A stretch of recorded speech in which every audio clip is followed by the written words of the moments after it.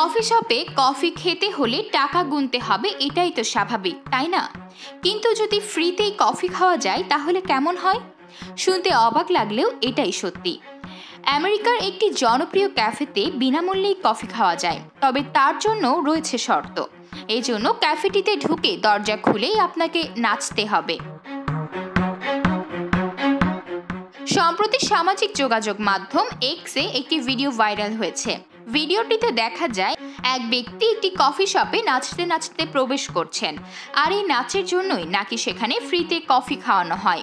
এমন এক অদ্ভুত অফার দিয়েছে আমেরিকার ওই ক্যাফেটি, আর এতেই সামাজিক মাধ্যমে ব্যাপক সাড়া পড়েছে। বিনামূল্যে কফি পান করবেন বলে নাচতে নাচতেই ক্যাফেতে প্রবেশ করছেন অধিকাংশ ক্রেতা।